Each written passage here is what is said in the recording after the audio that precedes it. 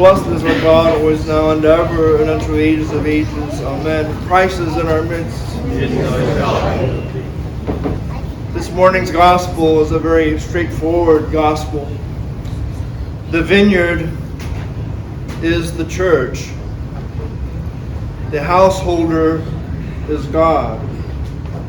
The servants that were sent and mistreated and killed were the prophets. And finally, the son of the householder himself was sent, and they killed him too.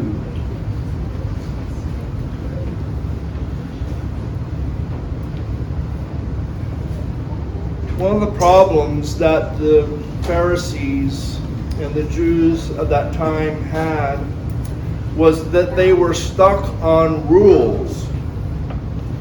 There was a rule for everything. I remember when I was very young, my grandfather sent me on a trip to the Holy Land, and the group that I was with wanted to stay in a kosher hotel because I thought it would be, interesting, I guess.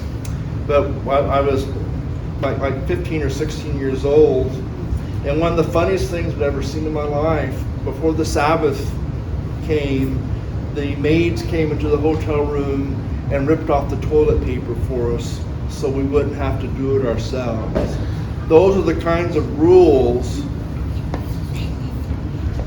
that the Pharisees were concerned about. And if you think back to the publican and the Pharisee was not condemned because he fasted and paid his tithes. He was condemned because he failed to show love and mercy. And so this is the whole story that we hear in today's parable in a nutshell. God was sending good people to the people of God. And they were rejecting these good people because why? They challenged their sense or their idea of what it meant to be religious. We in the Orthodox Church can very easily, if we're not careful, slip into that ourselves. We are a church that has rules. We are a church that has canon law. And we preserve and hold on to these rules and laws tenaciously, because they tell us who we are and where we are. But whenever we fall into only keeping the rules, then we get into trouble. When I was in seminary, it was during Lent, and we'd come from Vespers, and we're having dinner in the trapeza. And at the conclusion of the dinner, a classmate come up and leaned between me and the friend that I was sitting with, and she said to my friend, during the prayer of St. Ephrem, you've seen the prayer of St. Ephrem, you had the 3 bows and the 12 prostrations, and then the 1 bow. She said to my friend, "You made 15 bows." I was appropriately appalled by that, of course. But my friend started laughing. And I think he handled it much better than I did. He said, "Well, I lose count, so I just keep going until everyone else stops."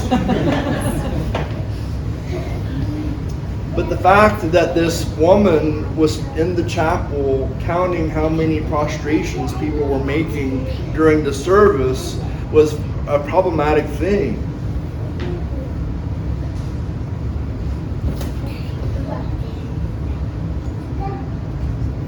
In today's epistle, St. Paul says something, and we can apply this to our lives as Orthodox Christians with the canon laws and so forth.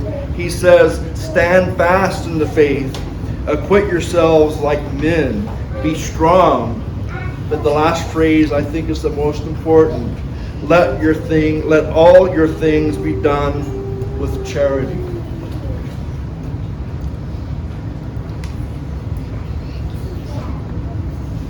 Vladika, I think probably every sermon I've heard him preach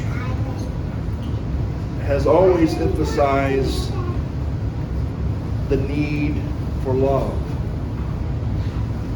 St. Paul says if we don't have love, we're nothing. We're like clanging cymbals, and we're of no use. And I can speak personally, since I've come here in March, and I'm going to use a southern thing, I'm going to brag on you for a little bit. I've experienced nothing but love here in this community. I'm still getting to know some of you, and forgive me, I haven't been able to even visit with all of you yet. But I think with Vladika's leadership and your hard work and the leadership in the parish, this is why the church here is growing. And we're having problems that are good problems. We're getting too big for our britches in a good way. We're getting too big for the building.